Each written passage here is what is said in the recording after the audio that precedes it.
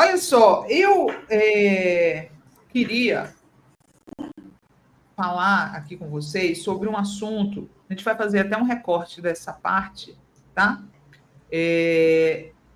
Da diferença, né, do tratamento que o Bolsonaro dava aos brasileiros, aos nipo-brasileiros, aos japoneses de maneira geral, para o tratamento respeitoso que o Lula sempre teve com a população nipo-brasileira, né? E que eu já falei mais de uma vez que fico embasbacada de ver gente tão trabalhadora como os descendentes de japoneses no Brasil votando em Bolsonaro. Não vou aceitar, me recuso a aceitar que gente trabalhadora vote num vagabundo daqueles que nunca mostrou apreço pelo trabalho. Nem ele, nem o Carlos Bolsonaro, nem o Flávio Bolsonaro, nem a Michele Bolsonaro. Esse pessoal nunca trabalhou na vida.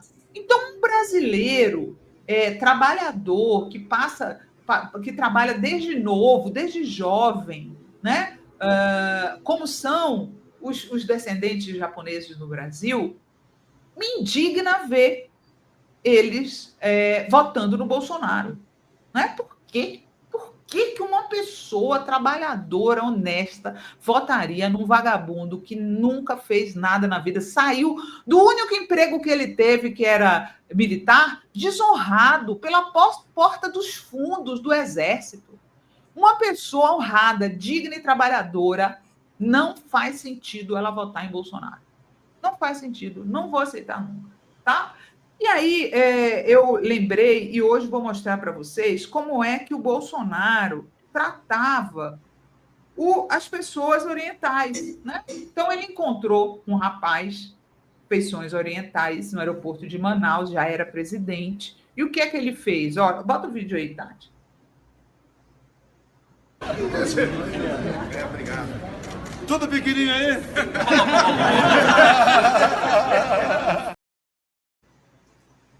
Meu Deus. Olha, eu não votaria num cara desse nunca, que tivesse feito isso, né? E aí depois ele repetiu, saiu matéria na Folha na época, 2019, olha só, coloca a matéria aí, Tati. Piadas de Bolsonaro são alvo de revolta, risos e medo de bullying entre japoneses. O presidente comparou país e comunidade a coisas pequenas e sites locais citaram teor preconceituoso, né? É falta de amor próprio, uma pessoa votar nele, a pessoa que é descendente de orientais, votar num cara que faz esse tipo de brincadeira preconceituosa, eu acho falta de amor próprio. Para mim, se equipara às mulheres que votam no Bolsonaro. Ou os negros que votam no Bolsonaro, porque os negros, ele já fez piada com um rapaz com black, com cabelo black, dizendo que o cabelo do rapaz estava cheio de barata. Estava cheio de barata. E ainda vota num cara desse? Pelo amor de Deus, né? As declarações do presidente Jair Bolsonaro, que compararam o Japão e o japonês a coisas pequenas, geraram revolta e risadas entre descendentes do país que vivem em São Paulo. No dia 15 de maio, Bolsonaro foi abordado por um rapaz estrangeiro de feição asiática no aeroporto de Manaus. Ao posar para fotos, Bolsonaro fez um gesto com a mão e disse: tudo pequenininho aí? 9 dias depois, o presidente repetiu a comparação ao falar sobre a reforma da Previdência. Se for uma reforma de japonês, ele vai embora. Lá no Japão, tudo é miniatura, declarou o presidente em Petrolina, Pernambuco. Tá?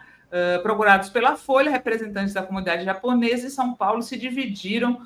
Alguns se mostraram revoltados, enquanto outros preferiram reagir com bom humor. Não sei se ele disse isso em relação à estatura ou a outra coisa. Se foi por relação ao órgão sexual, foi infeliz essa colocação. É muito revoltante. Vindo de um presidente, é muito condenável. A gente não deve ficar inerte a esse tipo de comentário, disse Raul Takaki, diretor do jornal Nikkei Shimbun, publicado em japonês e distribuído em São Paulo. Minha resposta é uma sonora risada. O presidente pode falar o que ele quiser, não tem que dar muito valor, tem que relevar, tem que rir. Isso de miniatura tem dois lados, um positivo e um negativo. É um país pequeno, mas que conseguiu se projetar ao mundo, criar tecnologia, tem uma arte milenar, disse Renato Ishikawa, presidente do Bunkyo, Sociedade Brasileira de Cultura Japonesa. O analista de sistemas Hugo Tanaka ficou revoltado com as falas de Bolsonaro e teme que elas possam aumentar as piadas e o bullying contra japoneses. Já passei por isso em todos os ambientes, especialmente ao estudar, mas relevo. Essa nova polêmica pode gerar mais brincadeiras que vão afetar principalmente os jovens, o que pode criar finais desastrosos se atingir pessoas com depressão. O consulado do Japão em São Paulo não quis se pronunciar na época, né?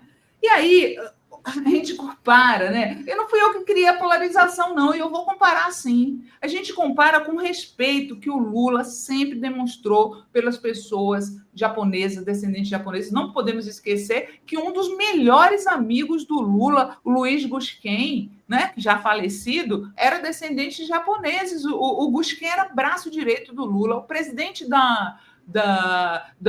Instituto Lula é descendente de japoneses, né? Como é o nome dele? Fugiu agora. Otto. Fugiu agora aqui, ó. Presidente do Instituto Lula, né? Então, assim, é muito diferente, gente. É muito diferente a forma. E não é à toa que Paulo Okamoto, também descendente de japoneses. Então, assim, não tem comparação a forma, o respeito com que o Lula trata as pessoas de origem oriental com o que o Bolsonaro faz.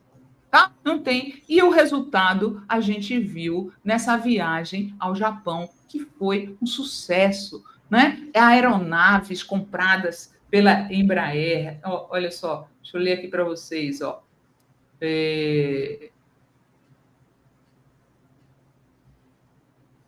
Aqui, ó. O presidente Lula discursou no Fórum Empresarial Brasil-Japão em Tóquio nessa quarta e reforçou o multilateralismo contra o protecionismo econômico, né? E aí o Lula fechou uma parceria lá que vendeu aviões da Embraer para uma empresa japonesa, né? Deixa eu só pegar aqui a notícia para vocês. Que aí depois eu vou mostrar o vídeo do Lula no encerramento desse fórum, tá? Foi um sucesso a viagem do Lula. Aqui, ó. Embraer vai vender 15 aviões E190 para All Nippon Airways, tá? Quase 10 bilhões de reais em investimentos que a companhia aérea japonesa está fazendo na Embraer e também promessas de aquisição da carne brasileira, né? Donald Trump está colocando tarifa, vende para o Japão. Coloca aí o vídeo do Lula, por favor, Tati.